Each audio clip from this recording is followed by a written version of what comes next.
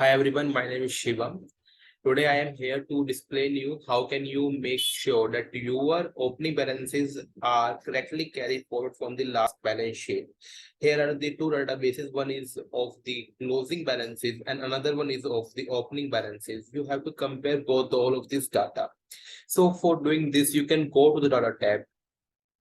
There is a feature of Excel called data consolidation. You have to click on that.